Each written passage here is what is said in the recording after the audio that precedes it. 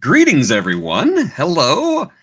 We've decided that we're going to switch things up a little bit today. And now I'm going to be the host of this show. I've taken it over, and there's not a single thing that this loser can do about it. I'm Jason Roygaston, and this is Captain Joe Dove, and welcome to Wormholes, where we dive into the interdimensional beauty. I don't know what interdimensional is. I don't know. Interdimensional beauty that is the vast multiverse of science fiction programming across all major networks and streaming services. And today,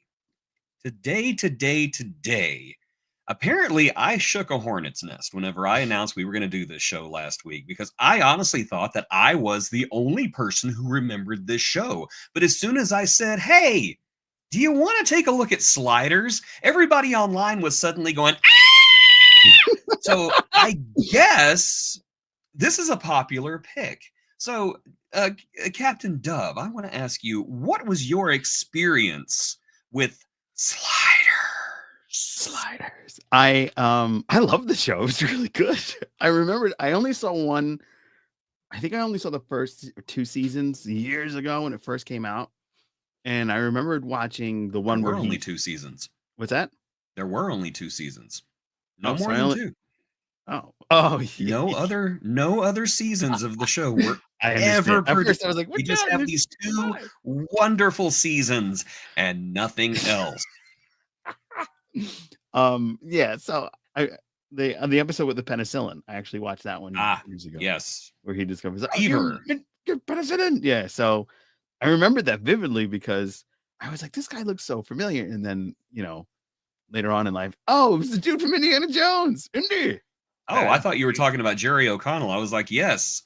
It took me a few episodes to realize it was the fat kid from Stand By Me. Oh, wow, that's Which, right. first of all, I have to say, some people just win the genetic lottery when they hit puberty, and Jerry O'Connell hit that lottery. So, good job, Jerry. I wish I could have hit puberty. I know. I just went this way. There's a little bit of genetic inequality there. Yeah. Some people take all the good genes and then they leave us with, what makes us up. You know what? We're beautiful on the inside. Yeah. At least that's what that really highly unstable cab driver once told me. While he sat there and brushed both sides of his face with a knife. Oh, but let's not talk about that. Too many dark memories. We are talking about Sliders. Sliders premiered in 1995 on the Fox network. Oh, wow. Dun, dun, dun. So it's gonna get ruined. Just like everything else on Fox. It was created by Robert K. Weiss and Tracy Torme. Tracy Torme was known to science fiction goons as one of the writers behind the first season of Star Trek: The Next Generation.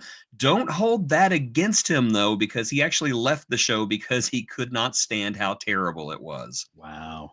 Tracy Torme, also the son of the famous singer Mel Torme, who you probably saw on Night Court at least once. Also, I'll look at that. I'm ahead of my figure universe. Look, hold on. I just got to throw this up. Ha! I beat you to the punch on that one, didn't I, my friend? Oh, wow. Geekfelt is back, too. And Tracy Torme, I'm sorry, Mel Torme actually made it into an episode of Sliders at one point. Oh, wow. It was not a very good episode, but he was in it. Yeah. Technically, I wrote it before you said it, but you didn't post it before I did. That's all that matters. Yeah, hold on. I got to throw this up.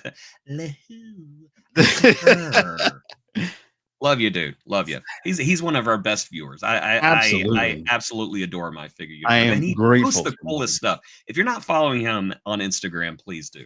Did you see the post with the Star Trek headshots for the new season?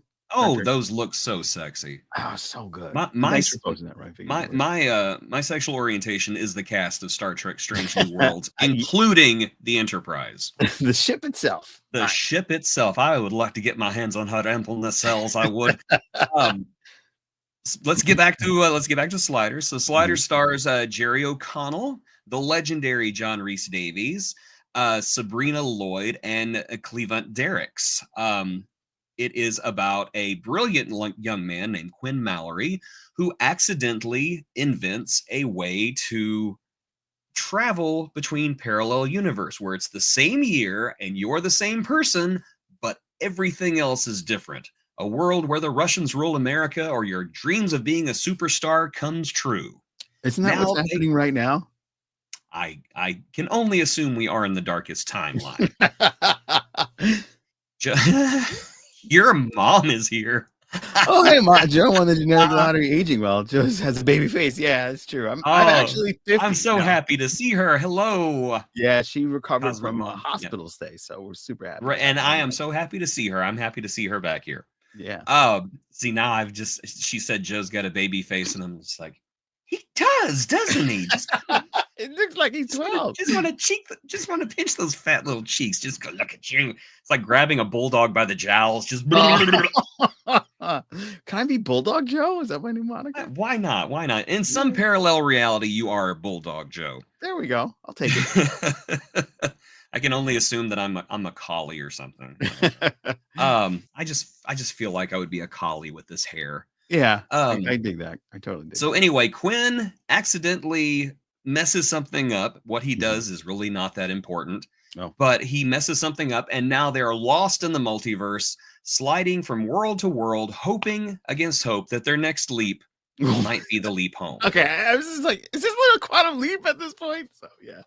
I've never heard of that show. I don't know what that is. Yeah. Anyway, I have seen that show. Oh, okay. Somebody's going to post, how could you never heard of Quantum Leap? I watched Quantum Leap all the time. I love that show. Yeah, it was a great show. The last episode still pisses me off. Yeah. Sam never did what? Yeah. Anyway, spoilers. Yeah. All right, well, let's hop into WTF is this?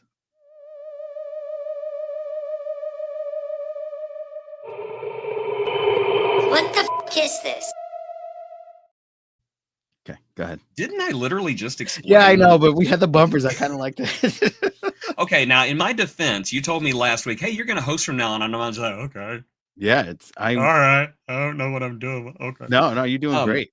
I know I'm doing great. I don't need your affirmations. I know I'm doing great. Okay. But yes, anyway, Sliders had a very interesting broadcast history. It aired for 3 seasons on the Fox network, was then canceled, and then was picked up by the Sci-Fi Channel, one of their very first long-form dramatic series, science fiction series. They'd had a couple before that, but it was the first time they'd rescued a series. But I don't know if you'd really call it rescuing because, well, we'll get into that. Okay. Ran for another couple of years until the plug was pulled in the year 2000. In the year 2000. So anyway, we decided I was going to have you look at 3 episodes, but then I was like, you know what? We could look at 4. So we looked at 4 episodes of Sliders. The first episode that we looked at was the pilot episode, which is a 2-parter. Sliders is interesting because, in my opinion, Sliders peaked with the pilot. Oh, because the pilot is great. It's one of the best pilots I've ever seen. And then it just kind of goes down like that. Still good, but to me, it just never quite reaches the pilot again. What are your thoughts on the pilot? Very cool intro. Amazing to see this cast. Gotta go big whoop when we have our connections with Star Trek because we got Ransom, baby. Yes, we do. And we've got Da Vinci, baby. Yes, we do. Yes, from Voyager and Lower Decks specifically. But what I thought what really was interesting is how the cast came together and the juxtaposition of the homeless man that was all about communism actually pulling it through and making like I don't know how that happened, but like the parallel universe was that guy was in control of everything. I was like, oh my God, who'd thought that little tidbit of a homeless guy going, "You're communist, it needs to happen," would play such a major role so quickly. Like I thought they were gonna like have that as like a season finale or something like that, but that got bananas quick. And I think bananas is the perfect word. Yeah, for this, because it just seems like to me this entire episode is about characters who find themselves in a box trying to escape from a box, and every time they escape, they end up in a smaller box. Right. And then right whenever you think that they're okay and everything's perfect, there's that last minute gut punch. And it's just, I love that final scene of that wine falling from Quinn's hand when he realizes, oh no. Yeah. Oh crap. Yeah. They're very well played, very cool intro, and it really got me. It's like, oh wow, this show's gonna be awesome. It's such a huge differentiation between Benji Zax and the Alien Well, Prince. there is actually another Star Trek connection that you may not that you probably heard but Mm-mm. didn't quite realize, because if you had listened to the musical score of this episode, you would have noticed that there were some familiar refrains in the background, and that is because this episode was scored by one Dennis McCarthy, Oh who had wow. scored various episodes of Star Trek The Next Generation. And as a matter of fact, kind of recycled a few of his refrains from his Star Trek episodes in the background. So, Wow. yeah. Especially from The Visitor from Deep Space Nine. He Holy recycled smoke. a lot of the soundtrack from The Visitor. Um, I really Oh, like that because not many episodes of Sliders had an orchestral background, mhm. and this one did, and I think the finale episode of the first season did, and both of them were done by Dennis McCarthy. Yeah. What really got me on this episode was the gut punch with the love interest. When you thought she was dead, but it was actually the Oh, resistance. Quaid, Yeah, with Quaid. I was like, oh man, they not killed her off Quaid, not early. Quaid. No. Quaid. Let's go Quaid. to Mars, Quaid. No, it's Wade Wells. Wade Wade Wells. Wells. Yes. When I thought Wade was toast, I was like, wow, they killed her off early. Because I know you said there was like some rift with her in the show. So I was like, oh, maybe this is the rift. And then I was like, oh no, it isn't. They fooled me. Okay, I No, see what you did. unfortunately, that comes later, and you kind of get a taste for that in the last episode that we look at. Yeah, Um, I could so see yeah, that. let's talk about our characters. We Mhm. have Jerry O'Connell, who is actually gives in the first season a very combination of extremely intelligent and extremely naive performance Yeah. as Quinn Mallory, which is a great. I love the word juxtaposition that you used. It's a great juxtaposition. You have John Rhys Davies as the brilliant and yet very pompous Mhm. Arturo. This guy is hilarious. He is bombastic and large, but what I like most about this character is that he can be unexpectedly tender and loving at times, almost like a parental figure. Yeah, I The did get that. fever that you were talking about earlier, uh, they all start getting this disease at one point, and Wade starts to get sick, and the professor basically takes care of her like a father Aw. one point. And I think that's whenever I liked him before this, but I fell in love with the character after that episode because I just thought, wow, they're making him multi-layered, like a big angry onion. And of Yeah. course, without the Those professor, are the best type of characters. yeah, we wouldn't have the phrase "you blithering idiot." I Yeah. called everybody back in the 90s, "you blithering idiot." Nobody That knew was my what I was go-to. talking about, but I did, and that's all that mattered. Sabrina Lloyd plays Wade Wells. I hate I hate to say this because I absolutely adore Sabrina Lloyd, but out of all the characters, I think that hers was the least developed. Yeah, I agree. She kind of became she was the love interest, she was the best friend, but she kind of became this very annoying busybody later on in the show that existed purely just to complicate plots because she always wanted to get involved in everything while the professor is trying to tell everybody, well, we have the prime directive, let's not interfere. She's just like, interfere, and it usually led to bad things. Now, the fourth member of the gang was somewhat controversial back in the day, and that was Clevant Derricks, who was a very talented singer and stage performer. Mostly, you don't see a whole lot of him on the big screen or small screen before or after because he's Yeah. mostly does stage shows and he is Oh. a singer. Oh. He plays Rembrandt Crying Man Brown. Interestingly, the only character from the first episode that appears in every single episode of the series. Oh, He's the wow. only one who sticks around. People Gee. hated this character. Really? They hated Crying Man Brown. They hated Oh. Rembrandt. And I have to admit, I see where they're coming from because a Oh. lot of what he says and a lot of what he does is rather cringe, at least in the beginning, Mm. because he's delusional. He is a delusional guy. I would say that he's almost like the Don Quixote of the group. Mm. Everywhere he looks, he imagines a comeback for his career. And I'm just like, Yeah. priorities, dude, Yeah. priorities. But How you're about not you gonna get believe home this, man, first? Jack. I have Yeah. an opportunity to redo with the Temptations this time. Nah, bro. Like you're in the wrong. You just leave. Yeah, and there were some great episodes with Rembrandt, and I do think that they found Rembrandt's balance as they went on. Mhm. I adore Rembrandt. Yeah. I honestly think that he's one of the few characters who constantly improved as the series went on, even into that fifth season that doesn't exist. Mm. Even in that season, he just kind of improved and improved. Now they did do some things with him that I thought was weird, like I think it was in the third season, after portraying him as kind of cowardly and selfish, all of a sudden now he's an ex-Marine. Oh. And I'm just like, well, where did that come from? But they wanted to make him more like, they wanted to answer some of the fan criticism, which, first of all, laudable that they're listening to the fans' complaints. Secondly, stupid that you're listening to the fans' complaints, because fans will complain about anything. Mm-hmm. I kind of liked the Rembrandt of the first and second season.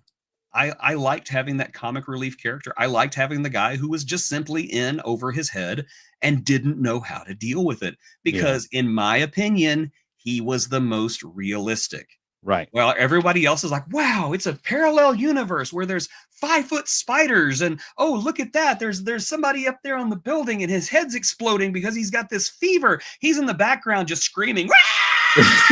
That's what I would be doing. That would be me. That would be me too. That's why I agree with you. I appreciate the levelness of that character. He was most relatable, and he pretty much portrayed himself basically how I would do it. He did get better, as Geek Filter says, and I just want to go through this really quickly. I love the one where they went to the world without antibiotics. Yeah, that was Fever. Yep, that was the one where they put Jerry O'Connell shirtless in a Christ pose, and led to a lot of very confused feelings for a lot of people back then. Yes. Yeah. Was that before or after the 6-pack? Rembrandt was. Oh no, he had the 6-pack. Oh, okay. And it was spectacular. Oh, okay. I feel like the minority here liking Rembrandt. Yeah, so we're. I liked Rembrandt. I did. I'm just saying a lot of people did not. Yeah. Case in point. Yeah. I agree with Geek Filter. I think he was very badly written, but I think Clement Derricks. Mm-hmm. Honestly, I think a lot of what ended up saving Rembrandt Brown was because of Clement Derricks. I think Clement Derricks brought a lot of likability to the role, and he had some fantastic chemistry with many of the other actors. He had great chemistry with every single one of them. I loved it whenever Rembrandt and the professor had scenes together, because they played each other so well. Yeah. And whenever Rembrandt was with Wade, it was kind of like this parental relationship. Mm-hmm. And whenever he was with Quinn, it was like he brought out these great feelings with Quinn about guilt, because Quinn could have easily just been this a-hole who didn't care, but Clement kept him grounded, saying, you are responsible for this. You are our leader. You are responsible for getting us home.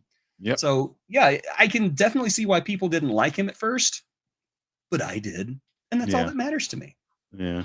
My Figure Universe says, I'm guessing I'm looking back on the show with rose-colored glasses. Perhaps if I watched the show now, I would see the cringe. No, I just finished watching the episodes, and I agree, he did get better, because one of the episodes that we'll talk about, actually, I thought was a highlight of his time on the show. But yeah, I really kind of saw a lot of myself in that character, and I thought he was a lot of fun to see on television. I thought he was hilarious in some points, and his interactions, like as you said, were fantastic. But what's even more exciting for him is the fact that him trying to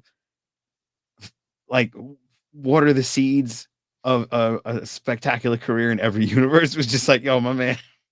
I thought it was great, because there's always that, maybe in this universe I could be the multimillionaire, billionaire, and I'll make it big, and it just doesn't come to fruition. But go ahead. Yeah, it was something that the show lost as it went on, was Rembrandt being a celebrity. They did one episode back in season 5, and it was called Java Jive. And they land in a world where caffeine is illegal, and so they have speakeasies that sell coffee. Oh, wow. And Rembrandt gets a job there, and he's doing like songs and dances and everything like that. And I was just like, this is so cool. It's such a cool idea. Why does this episode suck so hard? Because it was badly written. Yeah. Very badly written. But we're still in the first season though, so let's talk about the second episode that I forced upon you. Yeah. And that is an episode called Eggheads. Oh, I love that one. This one, I enjoy this episode so much. First of all, great concept for a parallel world, a world where intellect is seen with the same reverence that we see physicality. So instead of people like Michael Jordan or any of these other sports stars who appear on the Wheaties boxes, instead of all them, we have this great admiration for intellectuals like Stephen Hawking and Quinn Mallory and Professor Arturo. They are the superstars, and they play this sport called Mind Game. Mm-hmm. The one thing that I like about this episode more than anything is that they shoot this make-believe sport like it's a real sport. And they go in. They have they go on. They have the cameras with like the live sports resolution on them, and they're just kind of following them in jerky motions and everything. And you really buy in that this is a real sport. Yeah. And quite honestly, I would watch a game of it. Yeah, it seemed really interesting, more so than it's like it's like a cross between football and Jeopardy, and I love it. I thought that was really, really fun. Yeah. Go ahead. No, you go ahead. I feel like I'm talking all the time. No, it's fine. What I loved about that episode is they come out as the heroes, like they're once they land on the ground and people notice them, they get flooded and everybody's like, oh my god, you know who they are. And then the little kid goes, can I have your autograph?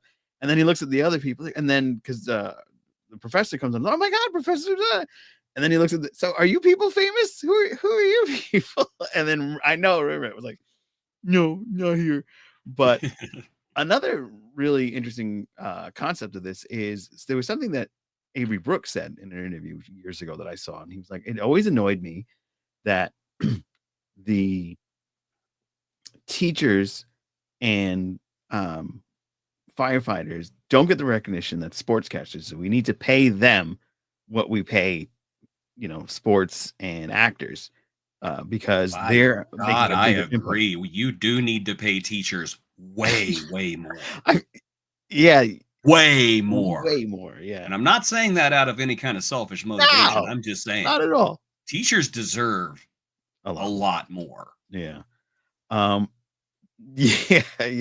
So that was something that I was stuck to my head. It's like, oh my god, that's a really interesting concept that I don't know if Avery Brooks saw this episode and said, you know what, this is the right way to run society, or if it was just a coincidence. But no, smart people have always said that. And, I agree. Even if I wasn't a teacher, I would agree. I do think that teachers and pretty much any kind of servants to the public need to be paid what they're worth. And trust me, we're worth quite a bit. Yeah.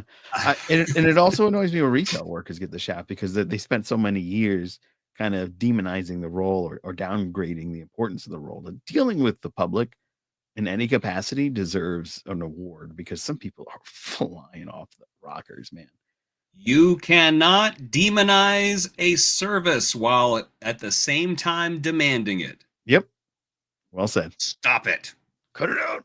So one of the things that I love about this episode is that all four members of the cast have something fun to do.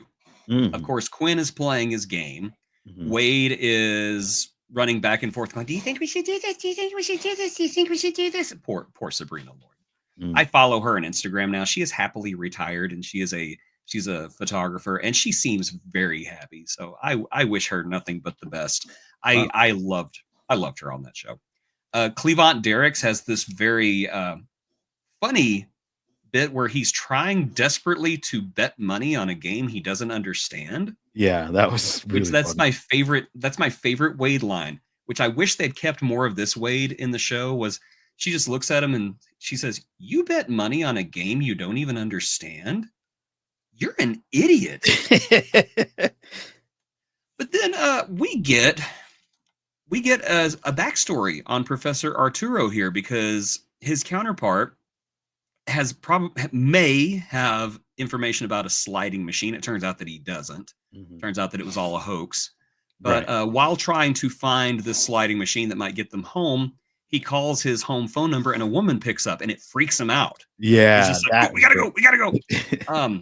Which of course John Rhys Davies is a very underappreciated comedic talent. I really wish it was highlighted more. So if you ever want to see John Rhys Davies be funny, watch Sliders, because he is a very funny man. Yeah. It turns out that the Professor Arturo of the TV show had a wife who passed away at a very young age. And according to him, it was the love of his life, and he's never loved anybody like that before him. You know, it goes a long way to explain why he's kind of gruff and why he keeps people at arm's distance.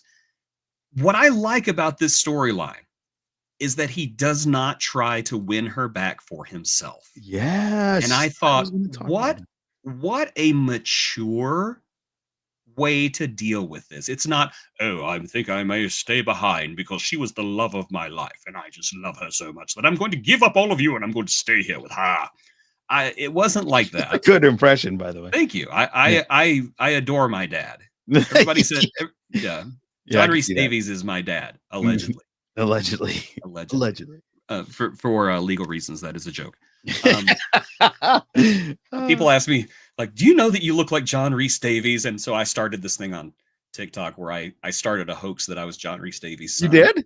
I did. And it's funny because he's only like 10 or 15 years older than me. So I'm just like, when did he have time, dude? Yeah. When did he have time?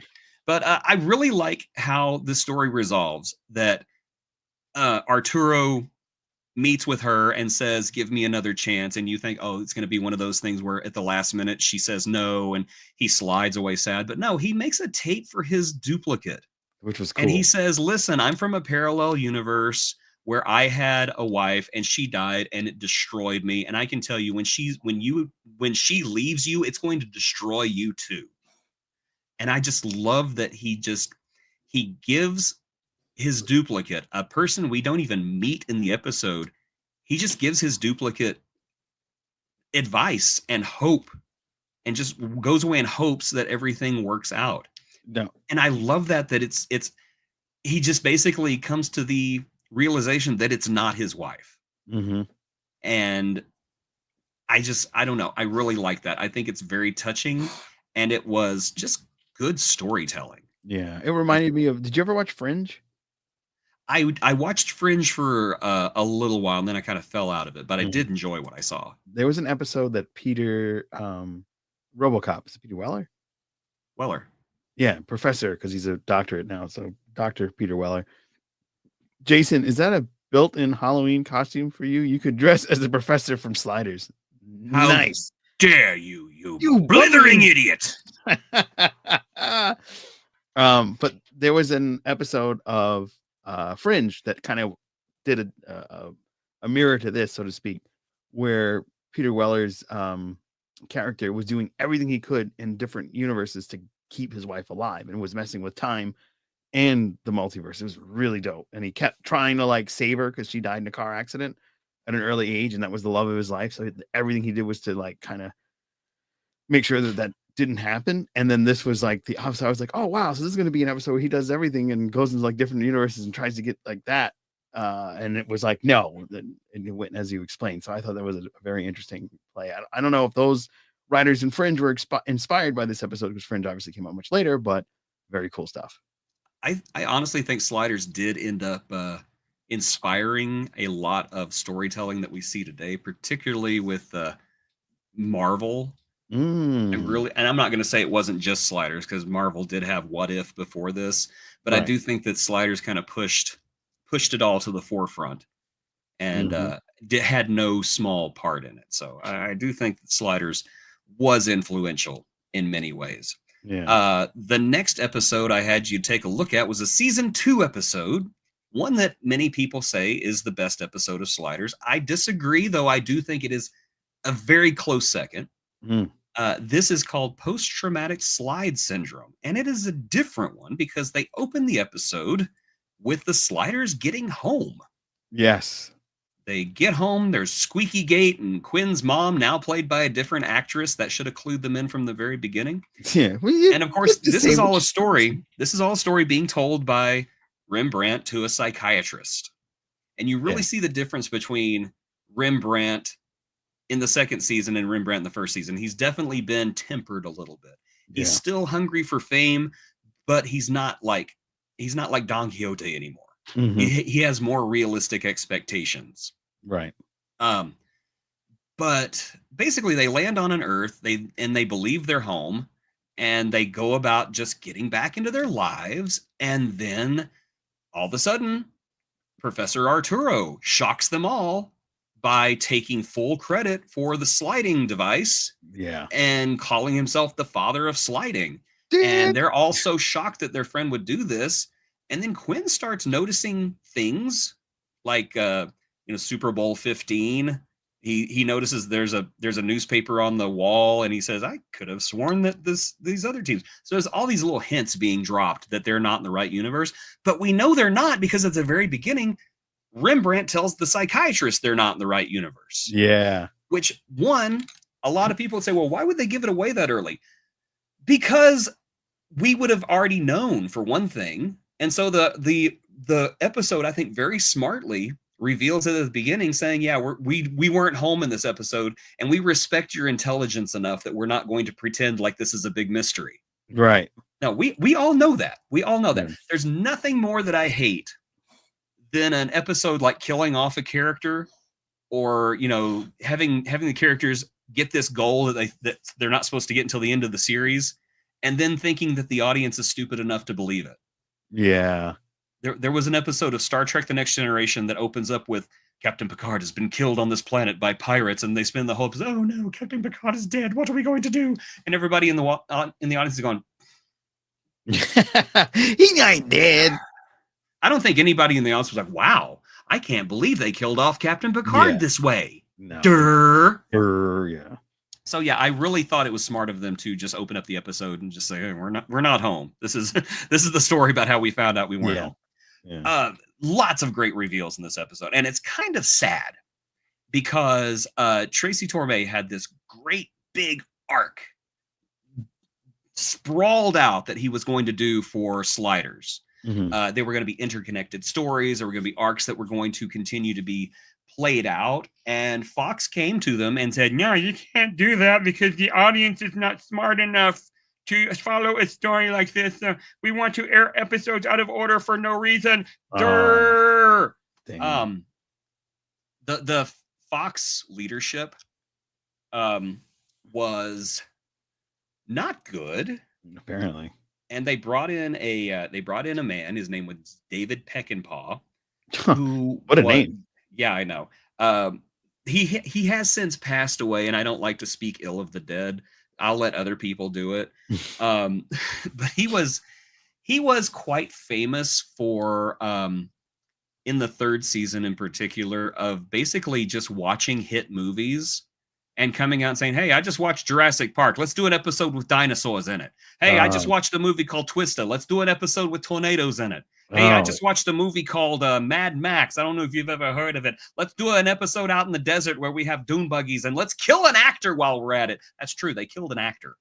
What, an actor died on the set? Sliders killed an actor named Ken Steadman. Oh, shoot. In the episode where they do this really bad Mad Max ripoff, they freaking killed an actor.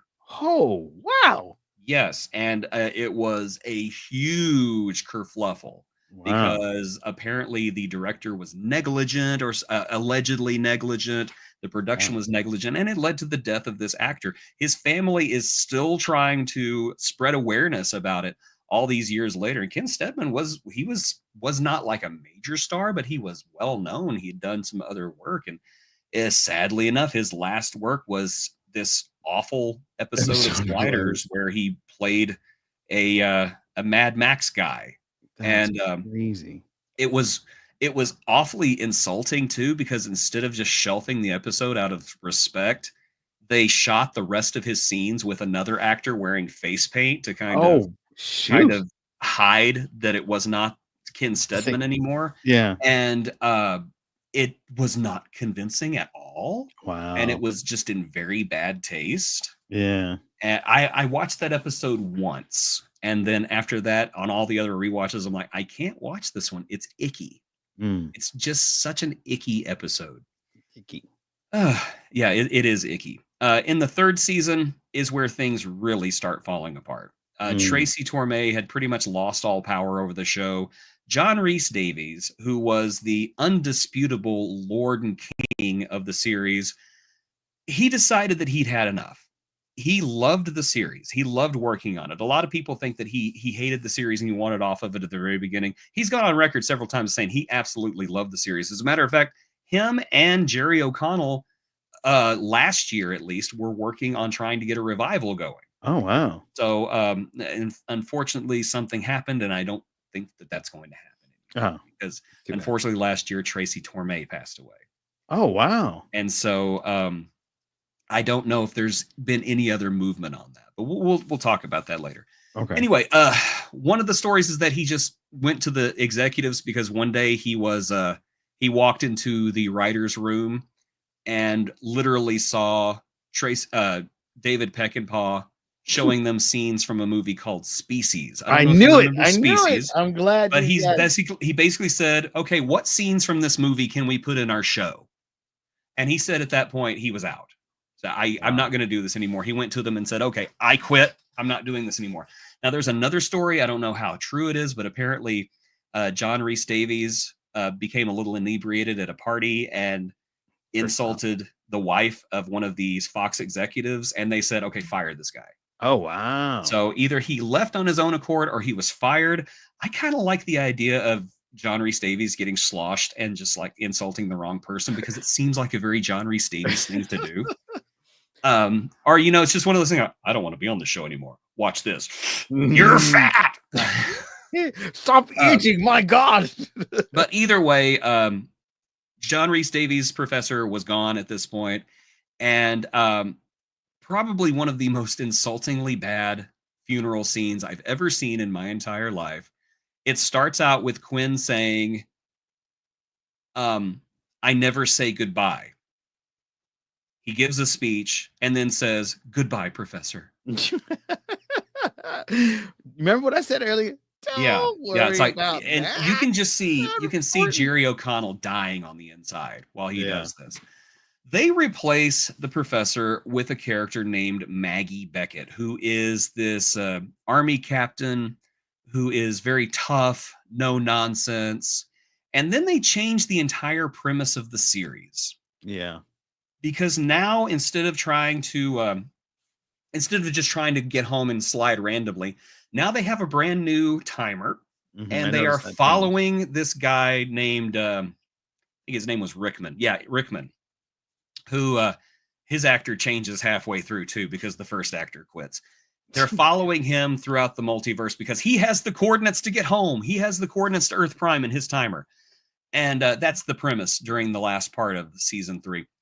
And there was some behind the scenes issues between Sabrina Lloyd and the actress who played Maggie. Her name was Kari Wurr. The truth of which I don't think that anybody really knows or anyone remembers or anybody has the right the right idea of, but there was some behind the scenes conflict happening here. And that's going to take us to the next episode, or the last episode that we looked at, and it's called The Breeder. Oh yeah, The Breeder.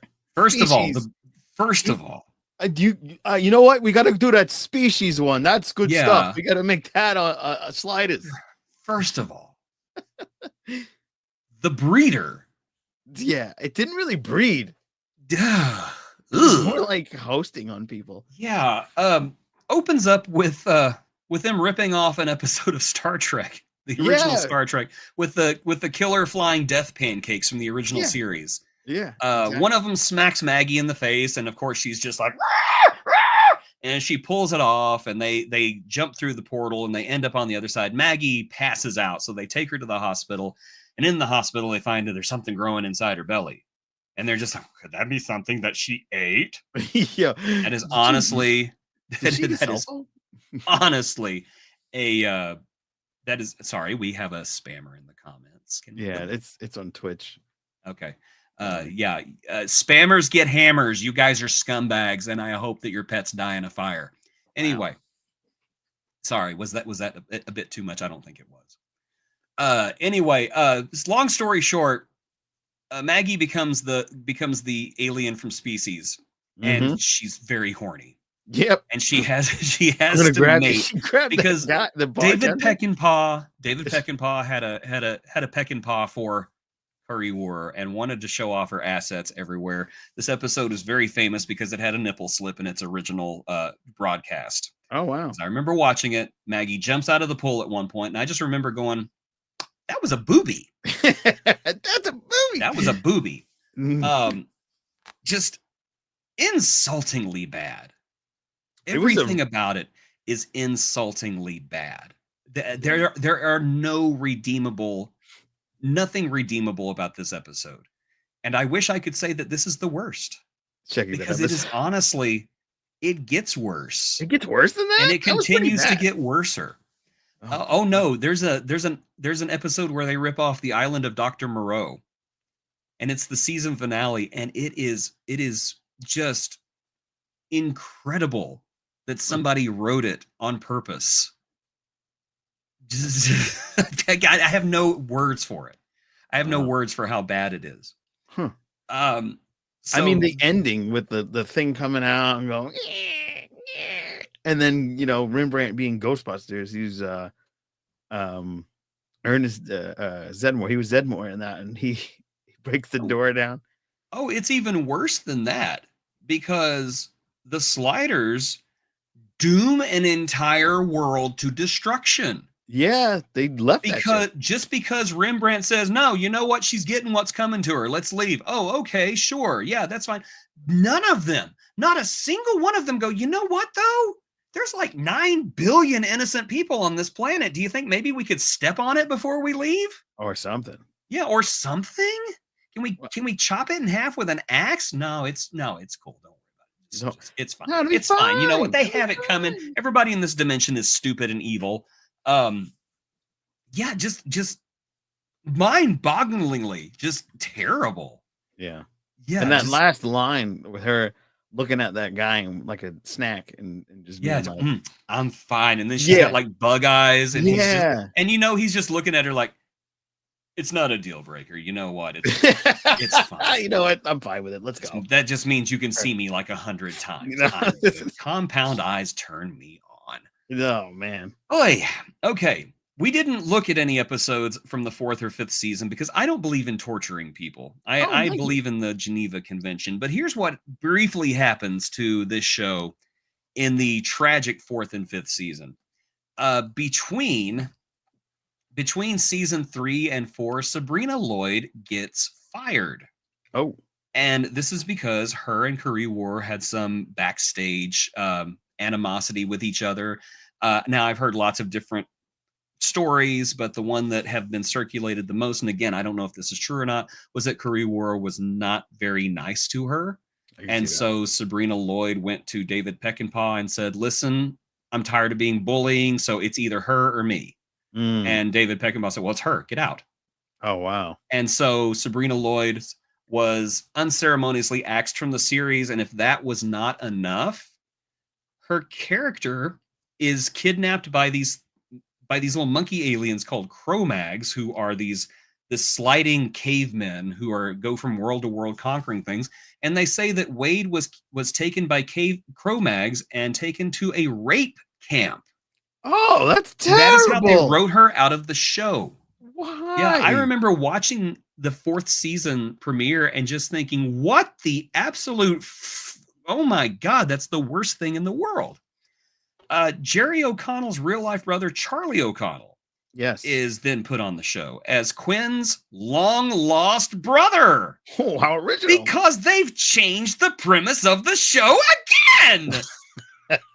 And now it turns out that Quinn is actually not from Earth Prime, which is like the Earth they've been trying to get to. No, Quinn is from the Cro-Mag homeworld. And he and his brother have this formula that's going to save their homeworld from the Cro-Mag. So now they have to find Cro-Mag Prime and save them because they are the chosen ones. Oh, boy. And then in the 5th season, literally Charlie O'Connell explodes in the wormhole. Oh wow! Like you just see his body just boom. He just like pops like a balloon. And I shouldn't be laughing, but that's pretty funny. Jerry O'Connell and Charlie O'Connell quit the show Oh at this wow! point. So they had to figure out, oh no, should we just end the show or should we do another season without our main leads and only one character left off from the very beginning? And they're like, nah, you know what? Let's do one more episode. Let's take one final dump in this toilet before we flush it. And so, as I said, there is a complication from a scientist who basically it's super complicated. So I'm going to simplify it as much as I can. This scientist, who's played by Peter Jurassic, who is best known as playing Lando from Babylon 5. Oh wow! He's like stuck between universes. So he's like the future guy from Enterprise. He's like existing in like two different places, and you can kind of only see him in a silhouette. But he's unstuck, is what they call him, and he's trying to find a way to get stuck again, basically, I guess, in a universe. And in doing this, he accidentally causes Charlie O'Connell to explode. Oh, and Quinn gets fused into one of his counterparts from another dimension, a counterpart who doesn't look anything like him. And this new character is called Mallory. And Robert Floyd was the actor's name. Robert Floyd was a very I have nothing but respect for this actor. I do want to say this. This actor went through some very personal tragedy after this show left and basically ended up raising children by himself and retired from it. I have nothing but respect and love for Robert Floyd, but and it's not his fault. Not his fault. It's the writing. Mallory was a bad replacement for Quinn. Bad replacement. He was whiny. He was stupid. I mean, a stupid character. And they replaced Charlie O'Connell with a scientist named Diana Davis, who was kind of like a surrogate Arturo by this point. Except she was a shrew and she was mean. Not like, oh, you blithering idiot, but I still love you. Is no, you idiot, and I hate you. I hate every bit of you. God, you're still alive? Why did the wormhole eat this one? Yeah, just a very abrasive character. The 5th season honestly had a couple of episodes that had some pretty decent premises. And I have this weird attachment to the 5th season because they would stay in this place called the Chandler Hotel. Oh, Chandler Bing. And I actually have a picture of myself in front of the Chandler Hotel at Universal Studios backlot. So I got to stand in the sliders. That's lot. I think it was like right after the series got canceled. We turned the corner and there's the sign that says Chandler Hotel. I'm like, oh my God, it's still up. Wow. That's the California one. Yeah, that's the one in Universal Studios, California. Because I'd won a contest, so I got this really like intense tour of the studio. Like I got to go on the set of the Scorpion King and Providence, which I'd never seen. Scorpion King. I never saw Providence, and then I was like, wow, I wish there was something here that Jurassic Park 3. I got to go on the set of Jurassic Park 3, and I just thought, wow, I wish there was something here I was excited about. Is that the Chandler Hotel? And I'm the only person who was like, oh my gosh, sliders! And everybody's like, what is a slider? Does he want hamburgers? What's going on? Hungry? He's tall. He must be hungry. Oh my gosh, look at him. He's so tubby. He needs a hamburger. Will somebody get him a hamburger? Look at him. Get him a hamburger. Maybe he'll dance for us. Oh, wow. So would you like to know how Sliders ended? Yes. Believe it or not. Oh, okay. So Sliders ends with the Sliders, Diana, Mallory, Maggie, and Rembrandt. Again, the only original character from the entire series who was doing the narration by this point. The thing about, what if you landed on a parallel world where everything was possible? Except it sounded like he'd taken like 15 Benadryl before he did it. So what if you landed on a parallel everything... Again, nothing but love for Cleavant Brown. He stayed for the fans, and I will always love the man for that. Yeah. So they land on a universe where Sliders is a TV show. Oh God. Which I'm just kind of like, okay. Yeah. This might be good. Right. And they actually show a scene from the TV show, and it's got like John Rhys Davies' stunt double playing the professor. Oh, And it's neat. the first time they've acknowledged the professor in forever. And I'm just Yeah. like, oh, are they really going to give us a good final episode? Oh no. The answer is no, they don't, because that does not even carry over much longer. It just kind of like fizzles out. And then they do this episode, they do a whole thing about there's a disease that'll wipe out the Cro-Mags. And it ends with Rembrandt basically injecting himself with the disease, jumping into a wormhole. The wormhole closes. They can't follow him. And it ends with Maggie, Kari Wurr, like looking at where the wormhole was, going, Rembrandt. You think I'm crying kidding, lady. but I'm not. I'm not. That's honestly how it goes.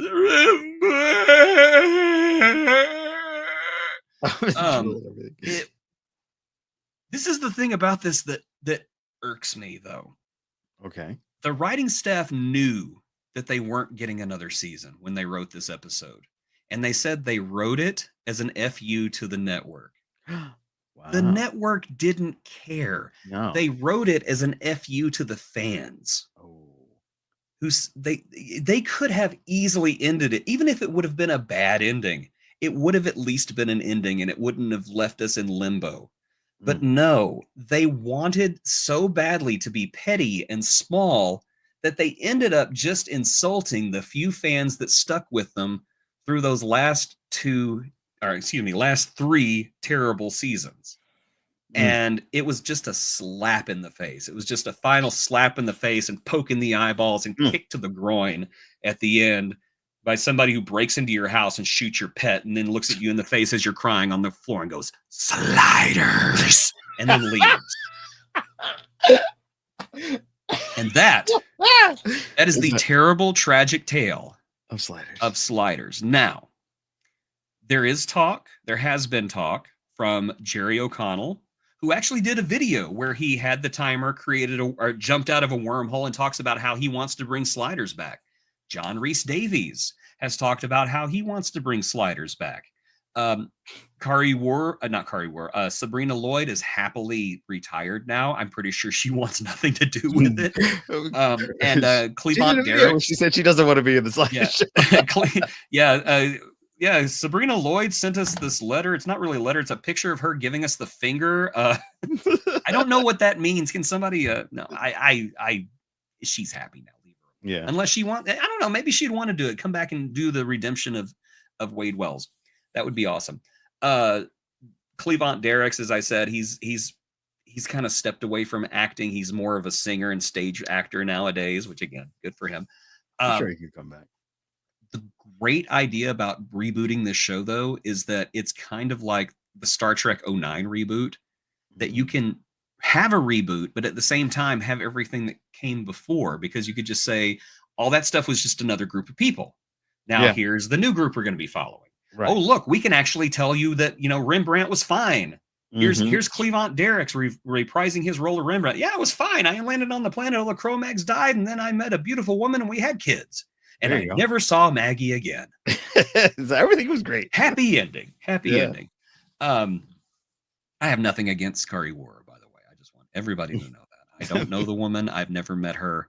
I've heard from a lot of people she's very nice. I've never met her. I just hated Maggie. I hated Maggie so much. Right. Although Diana was kind of a close second. But anyway, there was all this talk of a reboot. This was up until about 2024. And then unexpectedly, Tracy Torme passed away from complications from diabetes.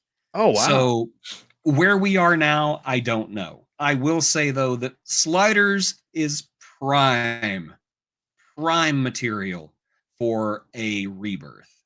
I honestly think that if this show was put into the right hands, it would be fantastic. So whose hands would you put it into? I would put it in anyone's hands except for David Peckinpah, but that would be hard to put it in his hands because he's dead now too. See, so then you don't have to worry about that. Yeah. I'm thinking honestly, I could almost see this show being written almost as an anthology. Oh, Just get a different writer every time. Just say, hey, we got this vague idea for a season-long arc. And here we go. But you know what? Do it like they did Battlestar, where you say, okay, we're going to do this in 4 seasons. Here's our beginning. Here's our middle. Here's our end. Yeah. Every episode has got to get us there. Yeah. Get some great actors. I don't really know if we could get John Rhys Davies to do weekly television anymore, or I would say streaming now. But I could see him returning as Professor Arturo. Finally answer that question. Did the real Arturo? That's what I was going to ask you, because that was one of the plots that the network made Trace Torme drop. Was the wrong Arturo? Dumb. I know, it is so dumb. It is so incredibly dumb. Because I was like, wait, because he came like it wouldn't have made me freak out the way it did, because you got the guy in the basement. Okay, cool, that's the real Arturo. And the other Arturo's like, no, he's the fake. I just got out. But like the guy's hair was all disheveled. So it makes sense that the guy that was in the basement was the fake, the real one. Well, there was the whole bit whenever they slide, the one who's left behind gets up and he says, "Oh my God." A fake Arturo wouldn't say that. So that was, I think it was the intention that the one that stayed behind was the real one, and that eventually he would catch up with them. He'd reinvent like the thing and catch up with them. And then stop the evil Arturo. There was another story arc about an evil slider named Logan St. Clair, who was introduced in the 3rd season in one of the episodes that was actually not that bad. She was going to be a recurring villain, but the network was like, no, they are too stupid to understand that. You have to get rid of her. And so she never showed up again. Jeez. Yeah, it was just the decision making that the network did with this show was incredible. I have no other word for it other than it was just freaking incredible that they were allowed to just eviscerate a show that had this good of a premise and this much promise, and to just take it and take a huge dump on it and stomp on it, and then look at the audience and say, do you like it? Are you happy? Are you happy? Would you like an unresolved cliffhanger? We're good. We're good at our jobs. A couple of things I want to bring up here from the folks in the chat. Our good buddy Geek Filter. Wasn't she the female version of Quinn or something? Yes, Logan St. Clair was she was the female version of Quinn. She was Quinn with boobies. Quinn with boobies. El Cid was a good episode. It was 2nd season.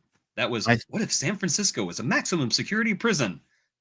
You written mean by the person who had seen Escape from New York once, or LA? Yeah. I think it would be an interesting premise to see it done like 12 Monkeys, the TV series. It would work. Pretty cool. Especially if you got those people to do it. Oh, yeah. Dr. Samuel Beckett never returned home. The quote kills my mood every single time I hear it. Tactical contact makes things more real for humans. Indeed, it does. Indeed, it does. That's what people said whenever they saw Quinn in that T-pose with showing his abs and everything. Like, tactical contact makes it seem more real. Yeah. So there's 2 things about the cast. I was doing a little quick lookups while we were discussing this episode. The gentleman that was from Babylon 5 was also in the original Tron movie. Yep. What? Yeah. Peter Jurasik was in Tron? Peter Jurasik was in Tron. Shut up. He was not. He was in the original Tron, swear to God. Be darn, I did not know that. Yeah. And Lloyd is a mixologist now. Sabrina Lloyd, what does that mean, a mixologist? I do not know that term. Oh, really? Must be an East Coast thing. That's when you are fancy with shaking up a drink, and then they do all like the spinning. You know what? After everything she went through on that show, she deserves. She deserves a good drink. Yes. Yeah. She deserves she deserves to get sloshed for the rest of her life after what they did to her. No, Rob Floyd, I'm saying. Oh, Robert Floyd. Oh, yeah. Okay. It's funny. I actually did know that. I just never heard the word mixologist. Oh, wow. I think Sabrina is last I heard, she's living in Africa and she's a photographer now. Yeah, you said you followed her on the TikTok. I do follow her on Instagram. I'm not going to say, yeah, we're friends. We're not friends. I just follow her because I'm like, Sabrina Lloyd. I wonder what she's up to nowadays. Oh, she looks happy. Good for her. Yeah. Tambry Locke. She was Dr. Diana Davis. She was Dr. Diana Davis, yes. Yeah. She was and is still acting and she was in Dumb and Dumber 2 and the show Eureka, which I really liked. I never got into Eureka. I would maybe Really? that's one we'll take a look at later. Wow. Oh, maybe. Yeah, that'd be a good one. Okay, this is a good comment. Even if they found a way home after a few episodes, it wouldn't change the characters want to explore other. Oh, wouldn't the characters want to explore other worlds since they made a difference? Is there a constant way to dial home? I could see this is where Stargate SG-1 took the reins. Oh yeah. Oh yeah. And thank you Okay. for commenting. Please subscribe. That'd be Whenever Slider was on, I was really big into writing fan fiction, and Oh. I did write a fan fiction where it followed Arturo after Mm. the other Sliders left him, and he finds a place to live, and he's happy for a couple of years, but then he starts to miss it, and so he builds a new timer, and he basically leaves his life behind because he's addicted to sliding, Oh wow. and he wants to go do it again. Geek Filter says he was the accounting software guy. Who was the accounting software guy? The from Tron. Oh, okay. Yeah, Okay. yeah. My figure Been says forever since I've watched Tron. I love the sequel better though. That's one of the movies. The sequel, even though it took like 90 years to make. According to my mom, if you follow somebody on Instagram, they're your best friends now. Well, Sabrina's my best friend, then. And you know what? I wish her nothing but happiness. Great success. I do love Eureka. That's a really good show. Maybe we'll have to put that on the slate. Most definitely. But Mike Figure News, I mentioned the SG-1 episode earlier. I kind of wonder if that's an homage to Sliders. I'm gonna have to look that up. Yeah, I like Jason said, I think Sliders was a huge influence on other sci-fi because it took concepts that probably were short stories or notes that people were kind of contemplating into making other series or movies, and then just kind of like, let's just put it in Sliders. It could work better that way. And Tron, yes. One of the so you answered my question about Arturo. That was going to be a thing that they were going to play with and never really went back to. But Geek Filter brought something up that was really cool. It's blue. The Golden Gate Bridge is blue. I must have heard them say Azure Gate Bridge on that radio a dozen times. It never registered. I just remember when that scene happened, when Wade sees that picture and the Golden Gate Bridge is blue. Mm-hmm. I just remember thinking, oh, because it was right there in front of him the whole time. It's one of those things like I could see it, but I didn't want to see it. Right. No, and I just thought, what an honest thing. Yeah. What an honest thing to have something right in front of you and you don't see it because you don't want to. Right. I just love that. I love this. I love that episode. It's such a great episode. Yeah. Well, I'm overdue for a rewatch of Tron. it is so interesting that you guys keep bringing up Tron I love Tron. because there's a reason why I think that's interesting. Why is that? And it's because, Uh-oh. since this is a exploration of other science fiction series, did you know there was a Tron television show? No, I did not. There was. It aired on the Disney Channel, and it was Oh. animated, and it was called Tron Uprising, Oh. starring Elijah Wood and Bruce Oh. Boxleitner as Tron. Wow. Yes. Elijah it Wood, even- like Mr. Frodo. Yes. No. Whoa. Yeah, Mr. I thought you were talking about Samwise Gamgee. Samwise. Yeah, no. I know It was Mr. Frodo. It's like, Mr. Frodo was who I was Sam, we have to listening. get I the just ring like to the mountain, Samwise. Sam. That was a terrible impression. Sorry, I just made him sound. I just made him sound like the. I just made him sound like the. Oh, I don't want to talk about what kind of movie he would have been in. But yeah, Elijah Wood is the star of the series. It's got Bruce Boxleitner as Tron, and even has Jeff Bridges making a couple of cameos as Clue.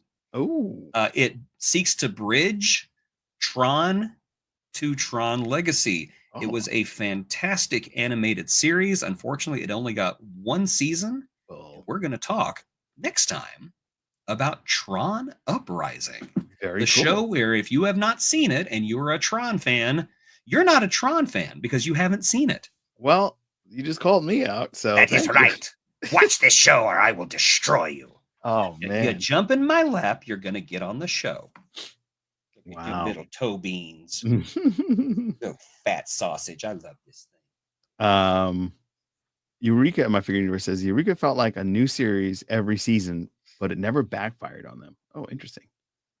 I know Love it the when guy. series reinvent themselves. That's great. Yeah, I know the guy. Geek Filter says, "I know the guy who put Pac-Man Easter egg into Tron." I That's remember the Pac-Man Easter egg.